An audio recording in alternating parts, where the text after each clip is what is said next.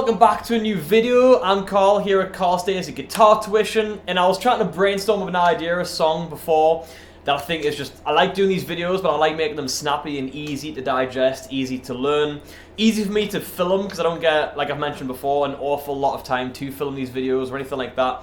So the quicker and the easier, the better for me. So Song 2 by Blur, old song at this point, but it's a very popular one that I teach with a lot of students, have done a lot in the past and still do a lot to this day. And I'm assuming a lot of other kind of music education places, a lot of other guitar tuition places do the same as well. Because it's one of those songs where it's only a handful of riffs, it's easy to pick up, easy to digest. It's a good kind of fast, short, upbeat song. It kind of just ticks all of the boxes as far as like an aggressive punk song or anything like that is concerned, alright? So we're going to jump into that right now. Today, one riff at a time. There's only 3 riffs in total. The most important thing to know and be aware of right now is that the song is in drop D tuning. Alright, so whatever you're doing, make sure you tune down to drop D. If you're unsure, let me know in the comments and we'll break it down, we'll go through it, it's all good. So, riff number 1, to start off with, you have a power chord riff that comes in.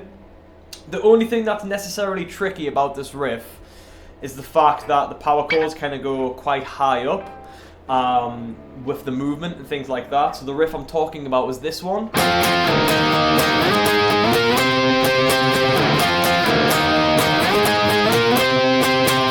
Alright, so it moves all the way up to the 15, which a lot of people find tricky to kind of squish all the fingers down into a power chord pattern, a power chord shape when going higher up like that. But the riff itself, to break it down, it's all on the A string as the root note. We have 8, 6, 11, 13, and then finally 15. It's moving between those fret numbers as far as the power chords are concerned, okay? So that's 8, 6, 11, 13, and 15. One more example, fold through. Alright, once you've played that riff, like I say, there's only a handful of riffs in this song. That's riff number 1. We're going to jump into riff number 2 now, is where it gets a bit more kind of heavy and a bit more abrasive, and that looks and sounds like this.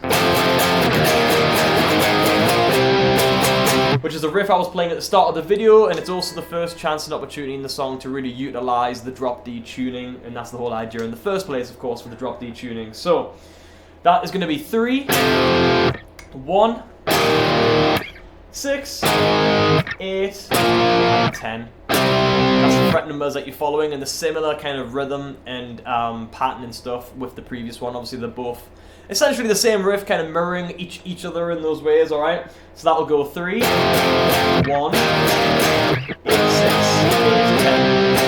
10. Full round. And that leaves us with one final riff to break down and go through, alright, which is essentially just a bridge riff. So the way that I like to think about it is, it's kind of the verses,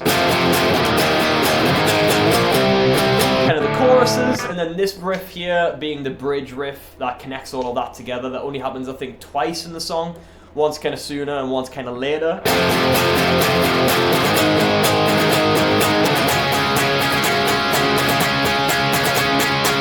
And that is just 3 on the thick, 6, and then 4 on the A as the root.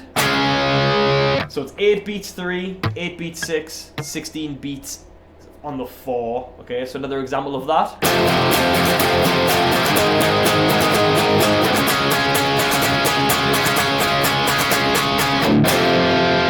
That's all of the riffs that you need to play the song start to finish. It's only a 2-minute song. It's fairly easy to piece together, although it's an upbeat, fast song, as I've mentioned. If you just practice those riffs, dissect them riff by riff individually, working on them over a period of time, and slowly kind of introduce the music back into the mix, I am positively certain that you'll be able to achieve this and do this and have fun with it in the end. So, thank you very much once again for watching. So I'll see you in the next video. Peace.